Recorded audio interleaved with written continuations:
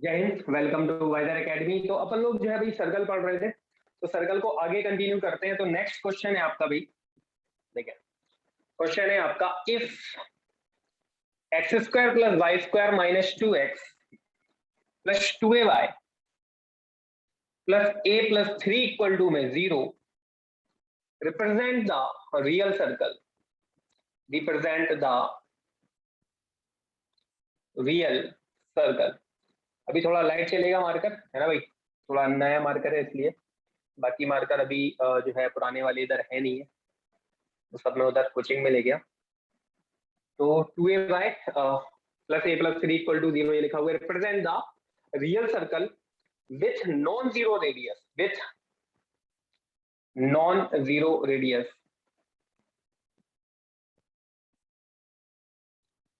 ठीक है, with non zero radius. Then find the value of a, then find set of value of a, ऐसा लिख लेते हैं, then find set of value of a. ठीक है ना, ये क्वेश्चन है अपना। तो काफी अच्छा क्वेश्चन है, सिंपल भी है ना भाई। तो रियल सर्कल और नॉन जीरो रेडियस का भी बोला है उसमें, है ना भाई। देखो, जीरो रेडियस का सर्कल भी रियली होता है, जीरो रेडियस का सर्कल भी रियली होता है, बस वो बात अलग है, वो पॉइंट सर्कल होता है। हम लोगों ने थ्योरी पढ़ी थी इसकी पिछले लेक्चर में, है ना भाई। लेकिन उसने नॉन जीरो बोल दिया, इट मीन्स आपका जो अंडर रूट के अंदर जो आने वाली चीज है, मतलब अंडर रूट में g square plus f square minus c, real circle होने के लिए ये चीज क्या होना चाहिए भाई, positive. G square plus f square minus c greater than zero होगा, और इक्वल टू इसलिए ही ले रहा हूं क्योंकि उसने मना कर दिया, उसने बोल दिया कि नॉन जीरो रेडियस, मतलब आपकी रेडियस जीरो नहीं होना चाहिए। अगर आप इसको जीरो कर देंगे तो रेडियस भी जीरो हो जाएगी, इसलिए सर मैंने ग्रेटर देन जीरो लगाया, इक्वल टू नहीं लिया। नहीं तो इक्वल टू पे भी आपको रियल सर्कल मिलता है जो कि पॉइंट सर्कल होता है ना भाई। तो चलो आगे बढ़ते हैं। अब आपको कुछ नहीं करना, जी और एफ की वैल्यू यहाँ पर रखना है। तो जी क्या होता है, एक्स के कोएफिशिएंट का हाफ। तो एक्स का कोएफिशिएंट -2 है, इसका हाफ -1, तो जी की वैल्यू -1 हो गई, तो -1 का स्क्वायर। एफ की वैल्यू होती है वाई के कोएफिशिएंट का हाफ, तो 2a का हाफ हो जाएगा a, तो हो जाएगा a स्क्वायर माइनस सी, सी की वैल्यू आपकी है a प्लस 3, तो -a -3 हो जाएगी ये, और ग्रेटर देन 0। और ये भी देख लेना कि एक्स स्क्वायर और वाई स्क्वायर के कोएफिशिएंट 1 होने चाहिए, तो फिलहाल 1 है, अगर नहीं होंगे तो डिवाइड करके हम बना लेंगे, है ना भाई। चलो आगे बढ़ते हैं। तो ए स्क्वायर माइनस ए, और ये -1 का स्क्वायर प्लस 1, और 1 माइनस 3 -2 ग्रेटर देन 0।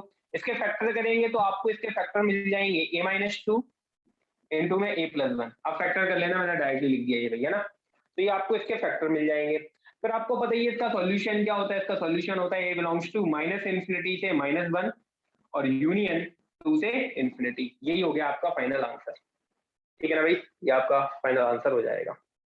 ठीक है, इसकी थ्योरी तो अपन लोगों ने पढ़ी ली थी, है ना। तो चलो आगे बढ़ते हैं अपन लोग नेक्स्ट अगले क्वेश्चन की ओर। नेक्स्ट क्वेश्चन जो है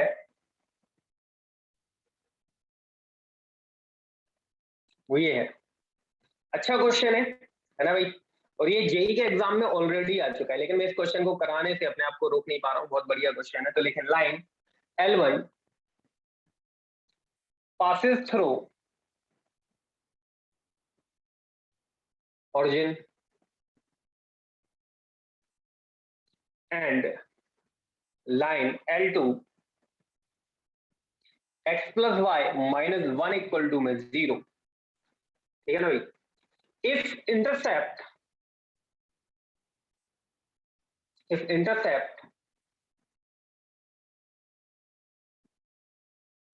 length on circle x square plus y square minus x plus 3y equal to 0 by line L1 and L2 are equal, then find the equation of line L1, then find the equation of L1, है ना भाई। ठीक है, हल्का सा question जो है ना, थोड़ा सा अपने एग्जाम से प्लस लेवल का है। जिस हिसाब से 2D में क्वेश्चन पूछे जाते हैं हमारे एग्जाम में, उससे थोड़ा सा ये प्लस लेवल का क्वेश्चन कह सकते हो आप लोग, है ना भाई।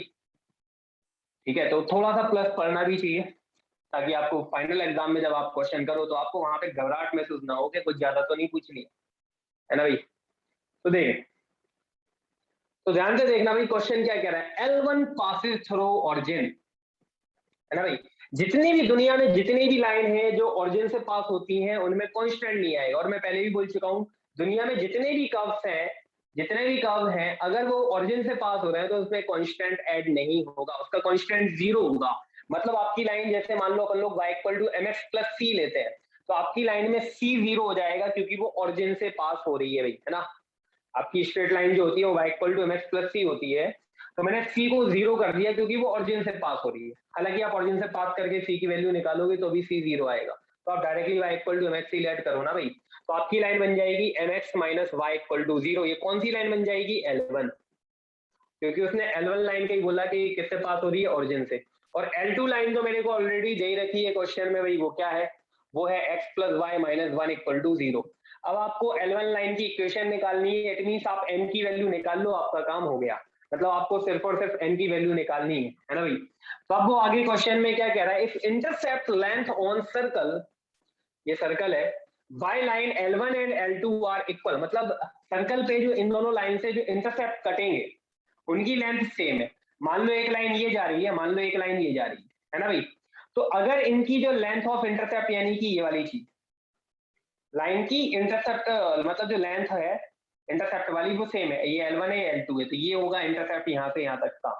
लाइन L1 के द्वारा सर्कल पे इंटरसेप्ट होगा ये, और ये लाइन L2 के द्वारा सर्कल पे इंटरसेप्ट होगा, और इनकी लेंथ सेम है।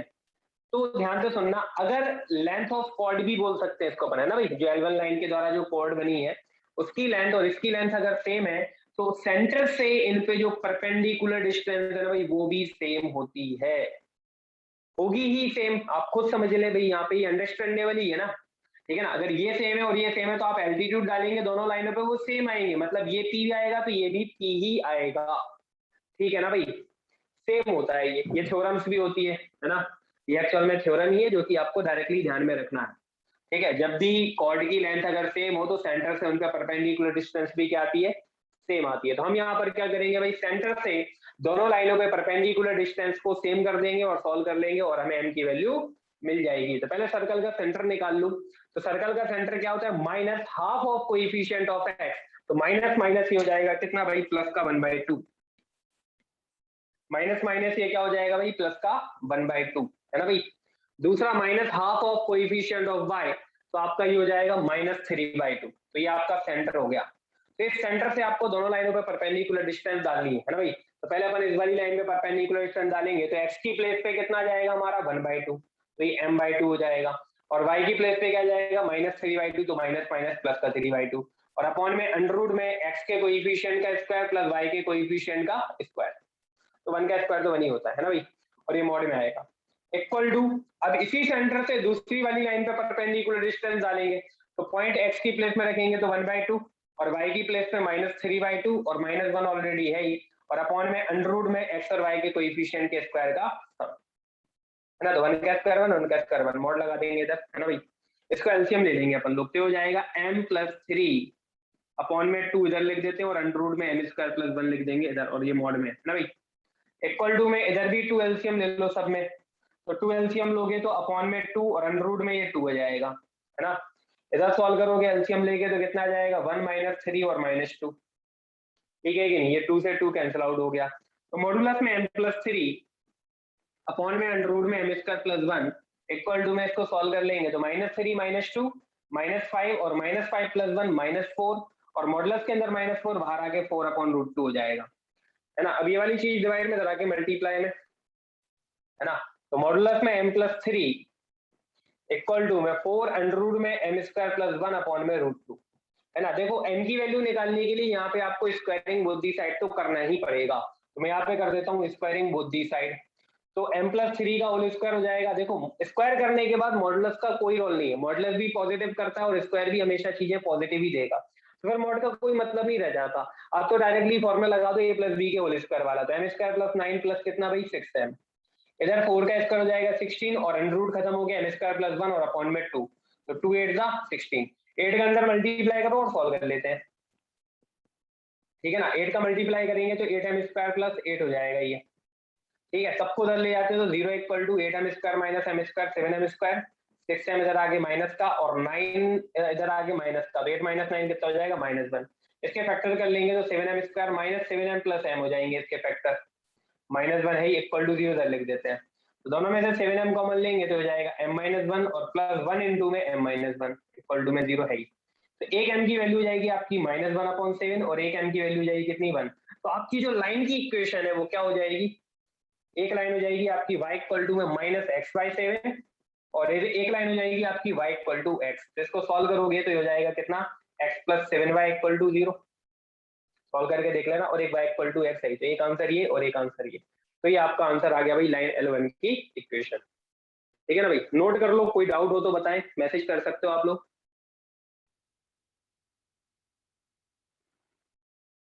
ठीक है, चलो आगे बढ़ते हैं फिर।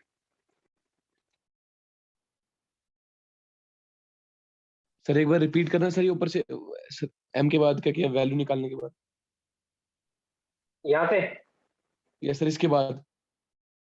हाँ, तो यहाँ पे अपन ने m की वैल्यू इधर उठा के रख दी, यहाँ पे एक बार -1/7 रखेंगे तो ये मिलेगा और 1 रखोगे तो ये मिलेगा, यहाँ पे m की प्लेस में 1, ठीक है ना, हो गया क्लियर अब? Yes sir. ठीक, चलो भाई आगे बढ़ते हैं। सम केसेस ऑफ सर्कल, है ना, ये भी हमारे लिए इंपॉर्टेंट है, यहाँ से भी हमारे एग्जाम में जो है ना भाई वो क्वेश्चन आते हैं, तो सम केसेस ऑफ सर्कल, बस कल अपन लोग इस चैप्टर को खत्म कर देंगे जैसा कि मैंने बोला भी होगा, है ना। आज सेकंड डे ही है इस चैप्टर का, बस 3 दिन सफिशिएंट है इस चैप्टर के हिसाब से।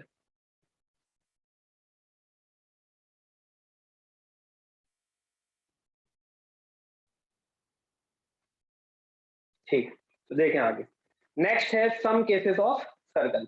इसमें आप केस के ऊपर ध्यान देना, थ्योरी के ऊपर ध्यान देना, क्वेश्चन तो कराने की जरूरत ही नहीं पड़ेगी, इतने सिंपल क्वेश्चन होते हैं, है ना। फिर भी मैं कुछ क्वेश्चन करा दूंगा, लेकिन क्वेश्चन इतने खास नहीं है, थ्योरी खास है, थ्योरी समझ ली तो क्वेश्चन अपने आप बनते हैं, क्योंकि कोई ज्यादा रॉकेट साइंस है नहीं इधर। तो इसमें अपन लोग पहला केस देखेंगे, when circle, first case, when circle touches x axis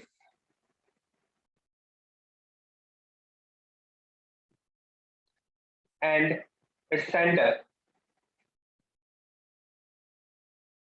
is x1, y1, है ना भाई, या h, के जो भी लिखना हो वो लिख सकते हैं, तो मैंने x1, y1 लिख दिया, है ना भाई, कुछ भी ले लो, क्या फर्क पड़ने वाला।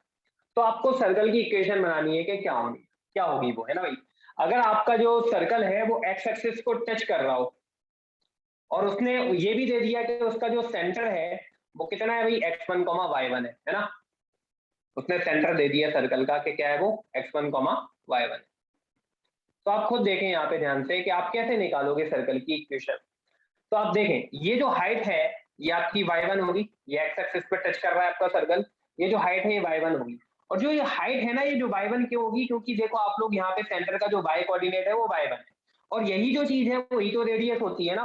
तो इट मींस अगर सेंटर आपको दिया हुआ है और एक्स एक्सिस को टच कर रहा है तो आप रेडियस आराम से निकाल सकते हो, आपकी रेडियस y1 हो गई, तो बस आपकी जो सर्कल की इक्वेशन है ना वो क्या बन जाएगी भाई, इक्वेशन ऑफ सर्कल वो बन जाएगी, सेंटर जो है वो क्या होता है अपना x1, y1, तो x माइनस x1 का whole square plus y minus y1 का whole square equal to radius का स्क्वायर, और रेडियस फिलहाल मेरी कितनी है y1, तो y1 का स्क्वायर। बस इसको हम सॉल्व कर लेंगे, जो भी आएगा वही मेरा फाइनल आंसर हो जाएगा।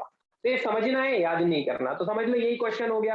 यहीं पे मैं सेंटर x1, y1 की जगह पे मैं लिख देता 2,3, तो ऑब्वियसली ये 2,3 हो जाता और रेडियस 3 हो जाती, बात ही खत्म हो गई, सेंटर 2,3 रेडियस 3, सॉल्व कर लो, हो गया काम, क्वेश्चन कराने की जरूरत ही नहीं है, मैं तो बोल रहा हूँ थ्योरी में है ना भाई।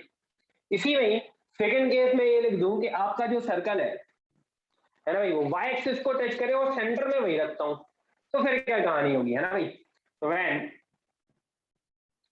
सर्कल टच y एक्सिस, है ना भाई, और उसका जो सेंटर है वो अपन ने वही रख रहे हैं, एंड इट्स सेंटर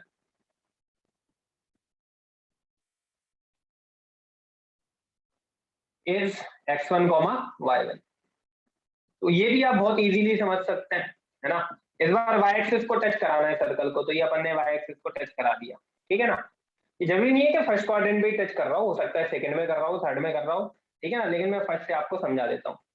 ये आपका सर्कल है और सेंटर दे रखा है कितना भाई, x1 y1, और देखो y एक्सिस को टच कर रहा है ना, बिल्कुल कर रहा है, तो ये आपकी रेडियस होगी। तो x एक्सिस पे देखो हॉरिजॉन्टली भग रहा है, तो x एक्सिस पे कितना चल रहा है, x1, ये डिस्टेंस आपकी x1 होगी, ठीक है ना भाई। तो बस रेडियस ही x1 होगी, कुछ भी याद नहीं करना, समझना है। ये सेंटर का जो x वाला कोऑर्डिनेट है वही तो चल रहा है, ये देखो हॉरिजॉन्टली चल रहा है, मतलब x एक्सिस पे चल रहा है, तो ये लेंथ क्या हो जाएगी, कितना चला, x1 चला। पिछली बार वर्टिकली चल रहा था तो ये y1 हो गया, और पिछली बार आप ये लेके करते भी क्या, ये x1 है लेकिन ये रेडियस थोड़ी ना है, तो इस x1 का क्या करते हैं हम, कुछ नहीं, है ना भाई। हम तो जो टच कर रहा है ना उससे देखते हैं, तो उसी से तो रेडियस मिलेगी ना अपन को, है ना भाई।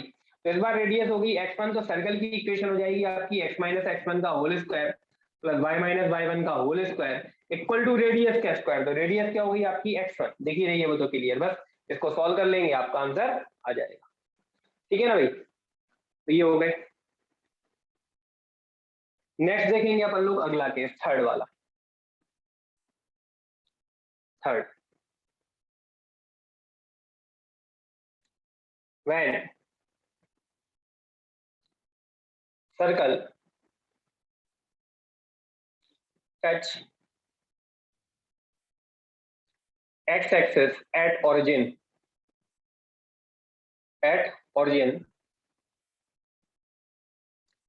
and its radius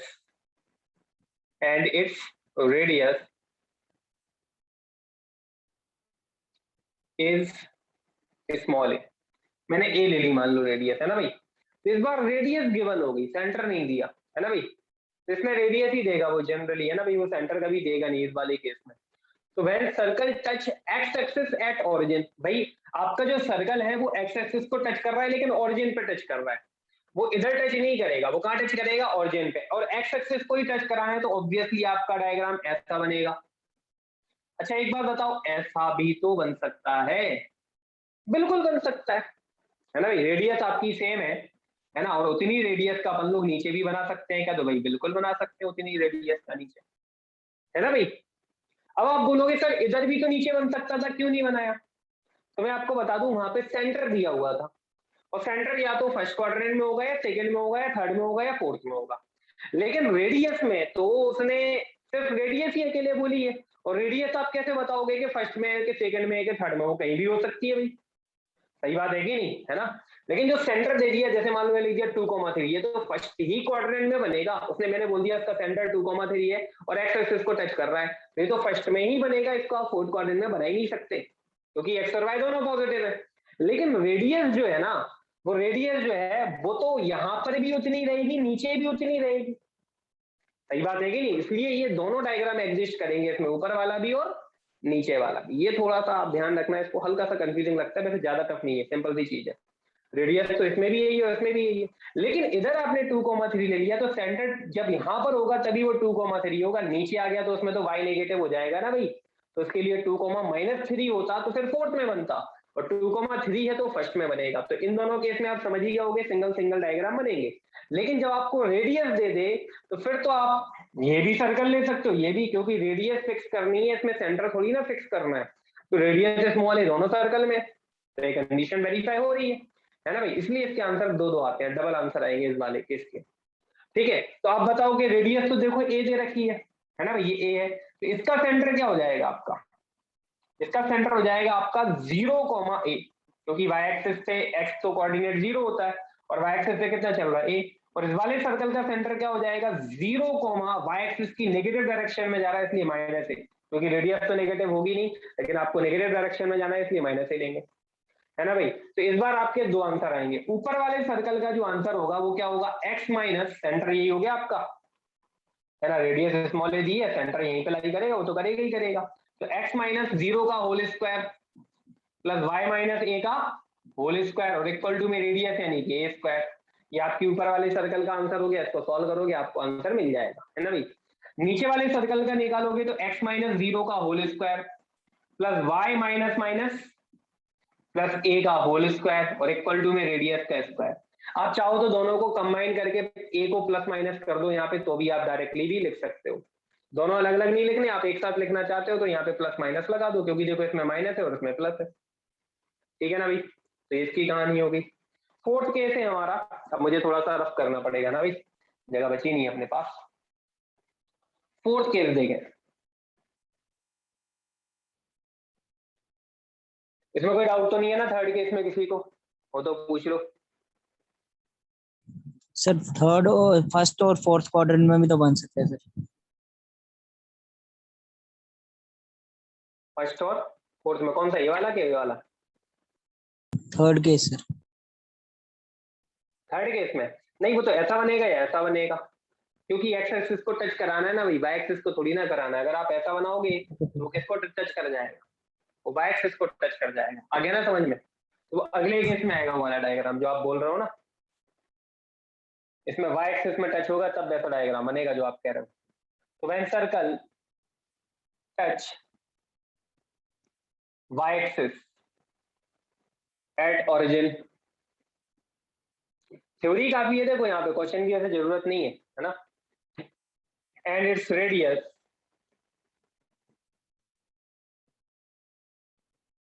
is small a, तो रेडियस मैंने फिर से वही स्मॉल ए रख दी। तो इस बार आपको जो टच कराना है वो वाई एक्सिस पे टच कराना है, मतलब आपका सर्कल या तो ये बनेगा या फिर ये बनेगा। तो देखो वाई एक्सिस को टच कर रहा है सर्कल, बिल्कुल कर रहा है, तो इसमें बनेंगे ये वाले डायग्राम, है ना भाई। और रेडियस क्या दी है, स्मॉल ए। इसमें दो केस होंगे क्योंकि रेडियस गिवन है, तो ये स्मॉल ए है तो इस पॉइंट का कोऑर्डिनेट हो जाएगा आपका a,0, और ये भी स्मॉल है लेकिन ये एक्स एक्सिस की नेगेटिव डायरेक्शन में जा रहा है इसलिए -a,0। तो इसमें भी दो ही सर्कल बनेंगे। अगर आप इस सर्कल की इक्वेशन निकालेंगे तो x माइनस ए का होल स्क्वायर, ये a,0 है ना, और प्लस y माइनस 0 का होल स्क्वायर, जो कि y स्क्वायर भी लिख सकते हैं डायरेक्टली, इक्वल टू में रेडियस का स्क्वायर यानी a स्क्वायर। और इस सर्कल की इक्वेशन निकालोगे तो x minus minus plus a का whole square plus y minus 0 का होल स्क्वायर और इक्वल टू में a स्क्वायर। इसमें भी ये दोनों आंसर आएंगे। अगर कंबाइन करना चाहो तो x प्लस माइनस a कर लो तो दोनों इक्वेशन कंबाइन हो जाएंगी, है ना। और लास्ट केस है अपना फिफ्थ,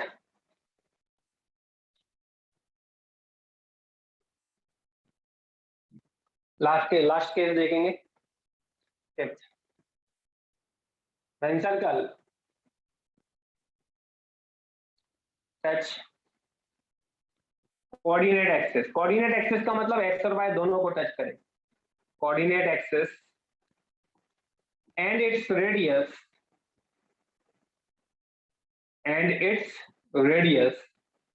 इज स्मॉल ए।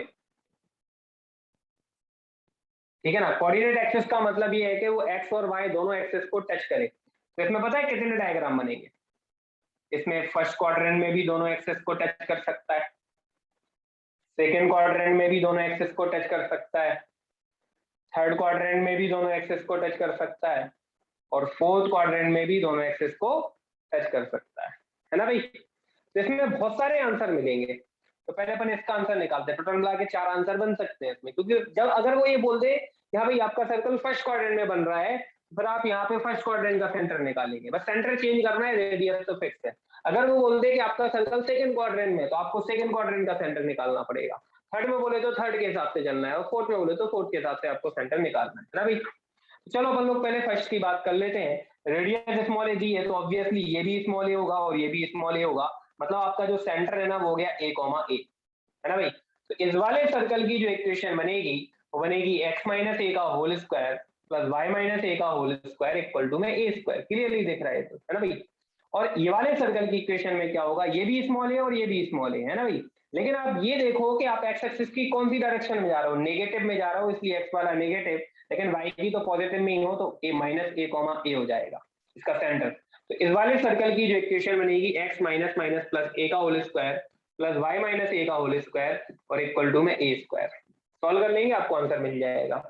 इसमें भी वही a और a रहेगा, है ना भाई, लेकिन ये x एक्सिस की भी नेगेटिव और y की भी नेगेटिव, इसलिए इसका सेंटर हो जाएगा माइनस ए कॉमा माइनस ए, है ना भाई। तो इस सर्कल की जो इक्वेशन है वो हो जाएगी x minus minus plus a का होल स्क्वायर और plus y minus minus plus a का होल स्क्वायर इक्वल टू में a स्क्वायर। ये वाला सेंटर ये भी a है और ये भी a है, तो a चल रहा है, लेकिन x एक्सिस तो पॉजिटिव ही है, y एक्सिस कहाँ जा रहा है, नेगेटिव जा रहा है, इसलिए y वाला कोऑर्डिनेट माइनस ए हो जाएगा। और इस सर्कल की इक्वेशन हो जाएगी x माइनस ए का whole square plus y minus minus plus a का होल स्क्वायर इक्वल टू में रेडियस का स्क्वायर। ठीक है ना, ये कहानी है।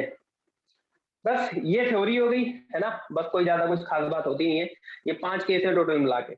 अगर आपको थ्योरी क्लियर है ना, देखो क्वेश्चन में कोई दम नहीं है, ऐसे ही कैसे क्वेश्चन में दे देगा वो, क्या दे देगा भाई, वो बस ये फर्स्ट क्वाड्रेंट या सेकंड क्वाड्रेंट फिक्स कर देगा 5 नंबर के केस में।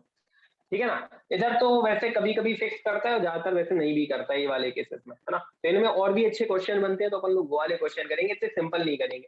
तो इन्हीं को थोड़ा सा हल्का फुल्का घुमा फिरा के जो क्वेश्चन पूछे जाते हैं वो वाले क्वेश्चन अपन लोग देख लेते हैं, है ना।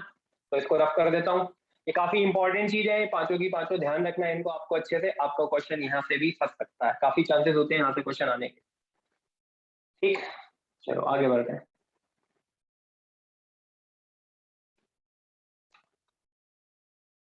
तो देखें आगे क्वेश्चन है, ये थ्योरी हो गई पूरी, तो लिखें question.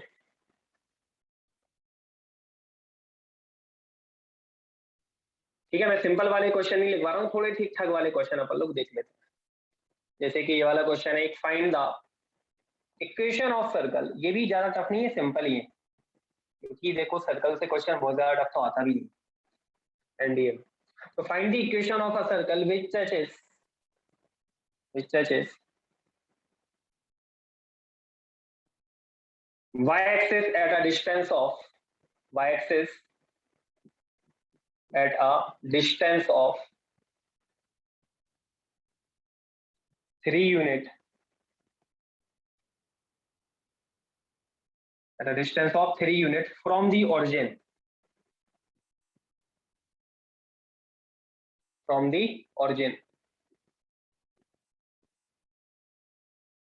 and cuts an intercept of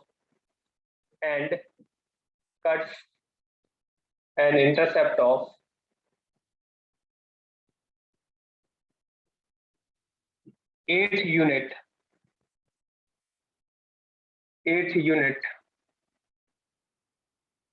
along